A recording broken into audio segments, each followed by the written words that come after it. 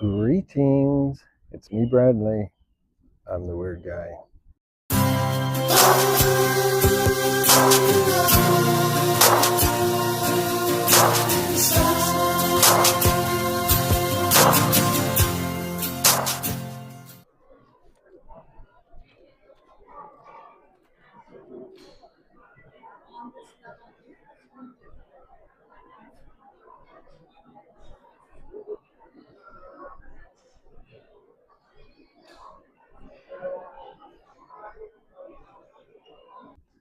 So I'm at the motherfucking state capital of Texas, and I've had some ideas floating around for some videos, and this is one of them. I am unprepared, like always, but I'll do my best. So we'll talk about the war on drugs and our psychedelics for everyone. So let's start with the war on drugs. The war on drugs is bullshit. It's just another way the government controls us. This is the land of the free, supposedly, but we all know it's not. The war on drugs is a way to get people in the system and keep them in the system. And now with private prisons, it's a way to make money on that. And what's even more fucked up is these private prisons lobby for influence in the government, which is fucking bullshit. Now let's talk about psychedelics. Are psychedelics for everyone?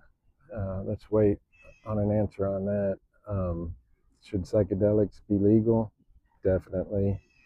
Should all drugs be legal? Definitely. Talk about a war on drugs. If you want to win the war on drugs, you legalize drugs. That way you can at least put an age restriction on drugs. When I was a kid in high school, drugs were easier to get than alcohol, because to get alcohol you had to have an ID, you had to be 21 years old. Drugs were everywhere. And you know, the thing with street drugs is you don't know what they are. And with fentanyl today, it's killing so many people. It killed my best friend.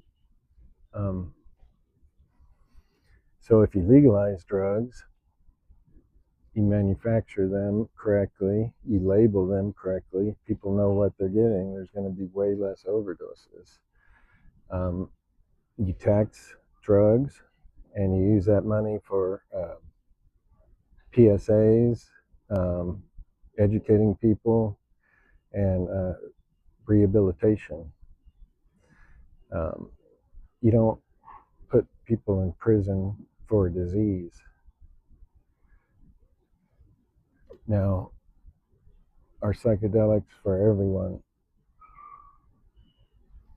I'll say this, no, but they can benefit everyone. The method of how they can benefit you can be a little hairy.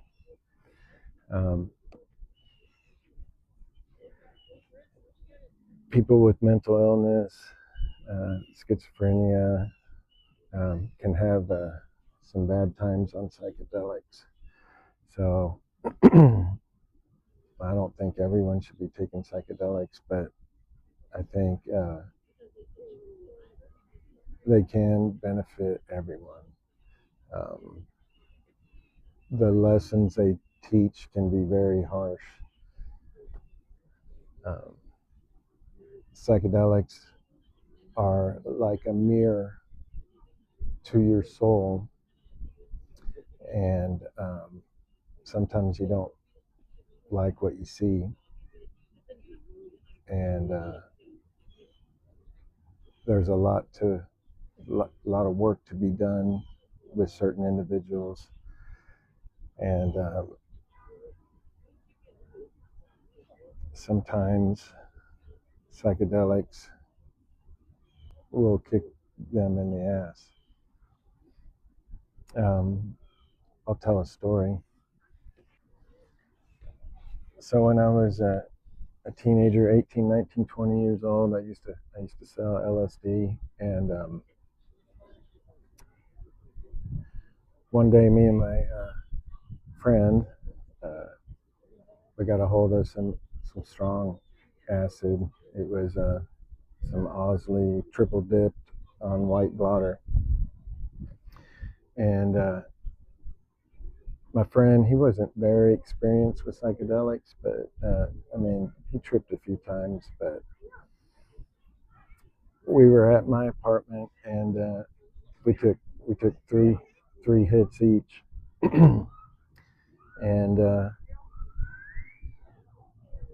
we were just chilling. It was me and my girlfriend at the time, which would later be my wife and baby mama and ex-wife, and my friend and his his new girlfriend, who was straight-laced Mormon, and my friend was kind of like a dirtbag at the time, on the wrong path. Um, and somehow he convinced her into taking half a hit also, and my girlfriend at the time didn't take any. So it's kicking in, and I'm used to it. I'm doing fine, and I notice my friend, he's kind of acting a little nervous and stuff, and I'm just telling him, just relax and enjoy the trip. Well, he started putting his head down. He was kneeling down in front of the couch and like burying his head like in the pillows of the couch. And I went up to him a few times and be like, "Hey man, you okay? Why don't you join us and hang out a little bit and everything?" And his girlfriend was kind of doing the same, and like I said, she was only on half a hit, and she was doing okay. Well, he would acknowledge us and say something, and then he just put his head back down on the couch. And this was going on for, I don't know, maybe an hour or so. And then he started sucking his thumb. And then I became like very alarmed, and tried to tell him, "Hey man, everything's okay, yeah, you took some drugs, and everything's okay, why don't you join us?" And he kind of snapped out of it a little bit, and he was talking and got up off the couch and seemed to be okay. And I was like, "All right, well, we're gonna run to the store real quick." I can't remember what we were going to the store for, but nonetheless, I was like, "All right, we're gonna go to the store real quick. We'll be right back. You guys are welcome to stay here in our apartment. It's just right around the corner. It'll be 5 minutes. We'll be right back." So we went out the door, and we were on the first floor of these apartments, and the balcony was facing the direction we were exiting. And as we come around the corner, my friend is on the balcony,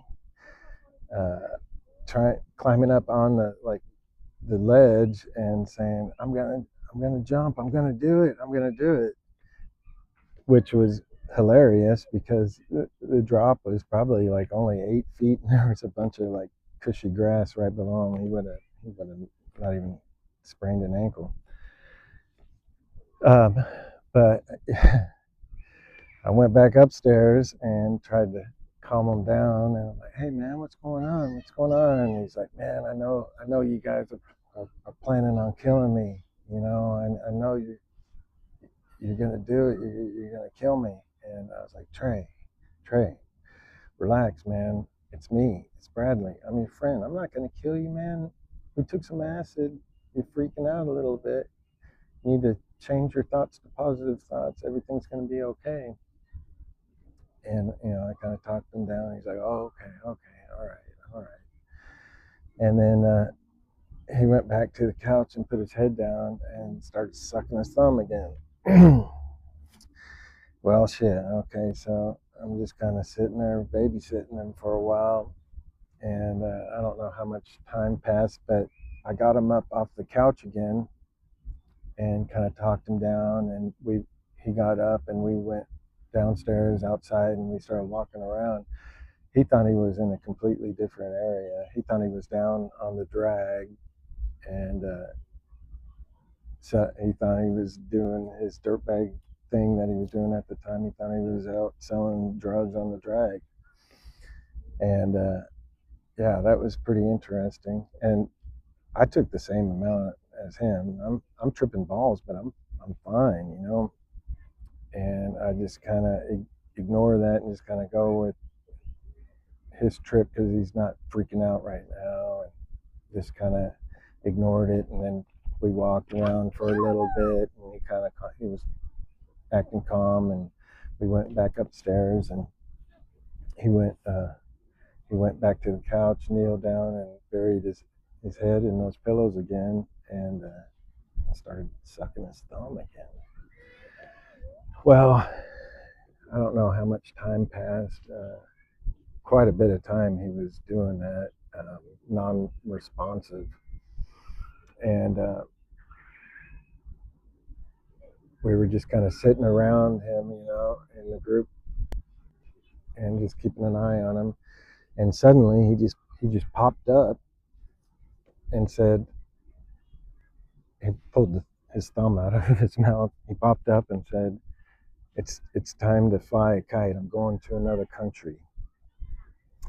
And there was a coffee table right in front of him, and there was like a few beers that we were drinking, and a few glasses of water. And he looked on the coffee table. He grabbed one of those glasses of water and just drank it like super fast, and then looked around, and there was another glass. He grabbed it and just slammed it and just drank it real fast. It's spilling down his mouth on his shirt and everything. And then there was like a half empty beer he grabbed, and he just slammed it. And like I said, it's just slopping down his face and everything. And then he goes and walks around the corner into the kitchen, and the lights off in the kitchen. He turns the sink on, and he starts cupping his hands, and the water's pouring into his hands, and he's like breathing in and trying to inhale this water, and like coughing, and just it's going everywhere. And I come into the kitchen, I turn the light on, and as soon as that light turns on, he looks straight up at that fluorescent light come on. And I don't know if you ever seen that movie Fire in the Sky. It was like that, where he just like froze, like there was a beam shooting down from like a flying saucer on him. And then he slowly backed up until he hit the wall. He hit the wall and then went down, slid down the wall, and went into a fetal position and started sucking his thumb again. And he started saying this. I'll never forget what he was saying. He was repeating this over and over again. You cock-sucking son of a bitch, I love you. I love you so fucking much, you cock-sucking son of a bitch. Over and over again.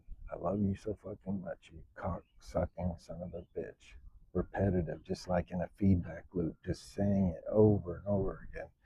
At that time, his girlfriend, straight-laced girlfriend, first time taking drugs, half a hit of acid, tries to comfort him, and he's screaming this at this point over and over again. And she's like hugging him and like saying, hey, it's gonna be okay, just relax. And then he wraps his arms around her and starts hugging her, and she's embracing him, and he's screaming this, and he starts squeezing her like too hard.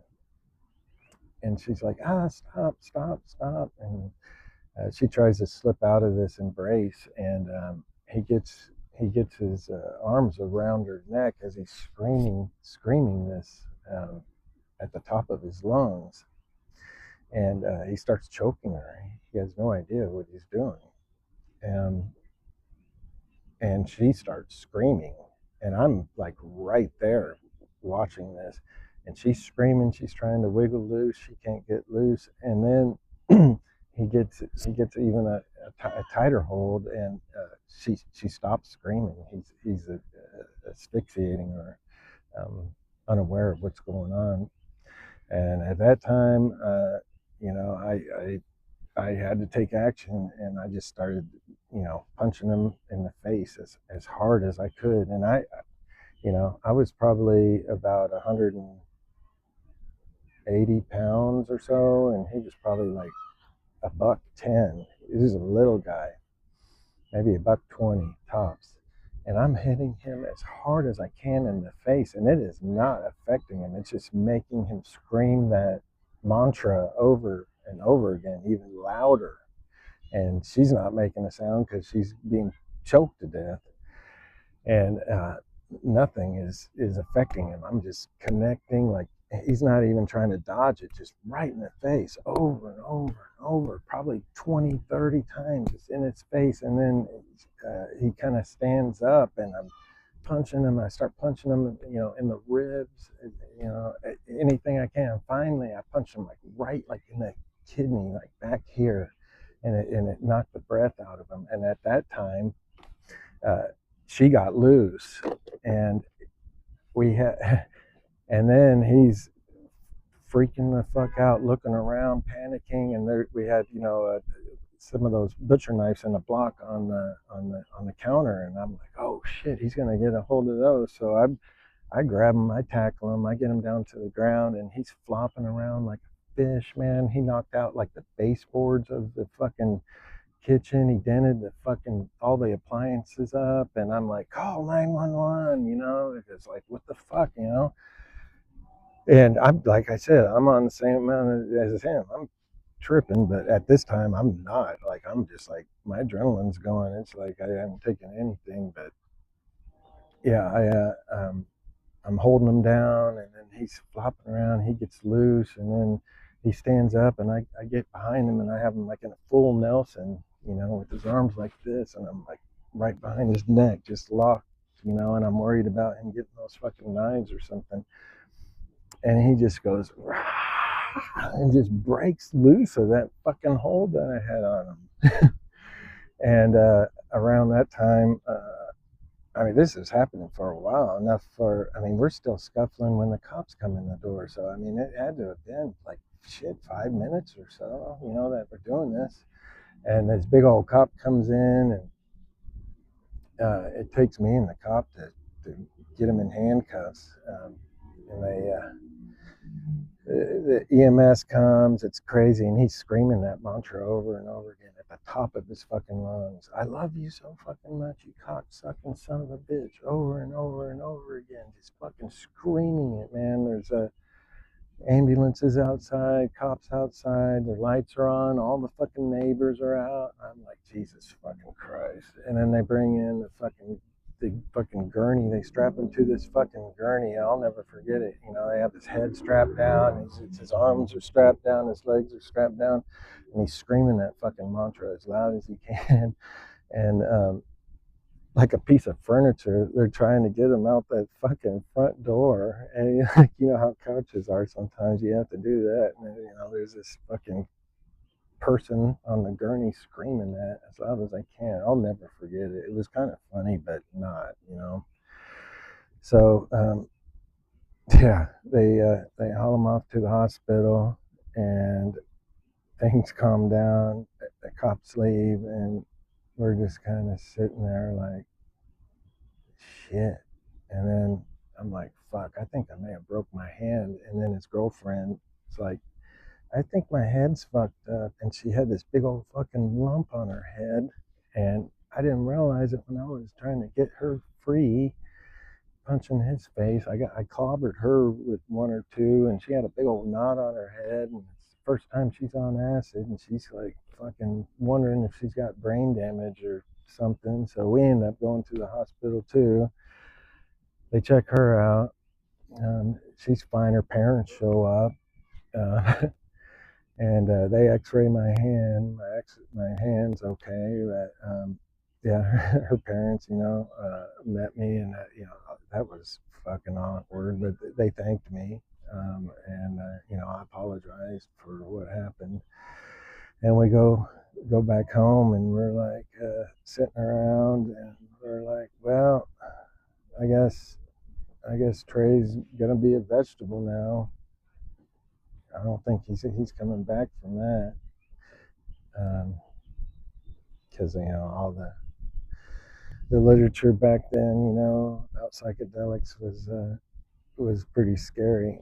And then about sunup, I'd say, I decided to call the hospital, and I'm still tripping. I mean, I took a lot of acid. I'm still kind of tripping. Call the hospital to check on my friend Trey, and they said, "Oh yeah, he's ready to go home." And I'm like, "What? He's ready to go home? Huh? That's weird." Yeah. So okay, so we all climb in the truck. I think I rode in the back of the truck to go pick him up. Oh, his other friend showed up at that time, and we told the story. And he had the truck, and yeah, we all climbed in the truck. I rode in the back. We got to the hospital, and they're like, "Oh yeah, he's ready to go home."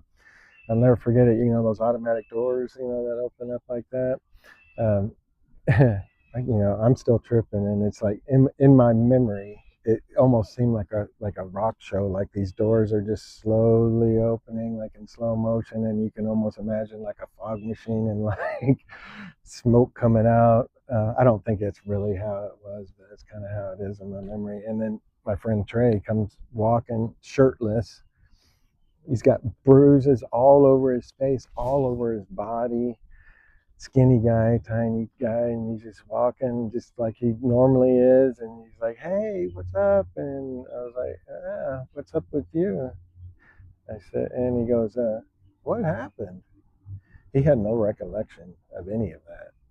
And talking to him later, I guess they gave him some sedatives, there at the hospital, and kind of brought him down. But yeah, um, psychedelics aren't for everyone, but I think they can benefit everyone. You just have to be very careful with them. Um, and yes, I think they should be legalized. Now, here's a tricky situation that we're in. We've got companies that are investing in psychedelic research and developing, these psychedelics like ketamine and all this stuff. That's a real slippery slope, and I don't know kind of where I stand on that. I used to think it was a good thing, but you know how corporations are, and with psychedelics, they could develop a psychedelic that makes us easier to influence and happy, kind of like Brave New World, Soma. So, you know, we got to be careful. Um, but saying all that, motherfucking Texas State Capitol right there. As a teenager, bored teenager, didn't have any money. We used to come here all the time and explore, especially when they were doing construction. But one day my friends came here, and I guess they changed it, but in the middle of the day, uh, that window up there used to like open, and one of our smaller friends shimmied up there and went into the House of Representatives and stole the motherfucking gavel. Fucking crazy, man. I was crazy, but some of my friends were fucking crazy. But one time we went up here. It's about 3 or 4 in the morning. Is when they're doing construction, and there used to be no security, no metal detectors, and it was open 24/7. And we found a way uh, behind some yellow tape and shit to sneak all the way up to the top where they don't allow anybody up there, right above the statue. It was amazing. It was a small, tiny little square room. There were some old ass paintings. They were restoring all that up there. We didn't hurt anything. We didn't vandalize anything, even though that was our MO. We knew to respect that, but yeah, we got all the way up there where they don't allow anyone to go up anymore. 3 in the morning, drunk, stoned, bunch of teenagers, all the way at the top of the Texas State Capitol. See, this is what I'm talking about. See how that window up there is on hinges?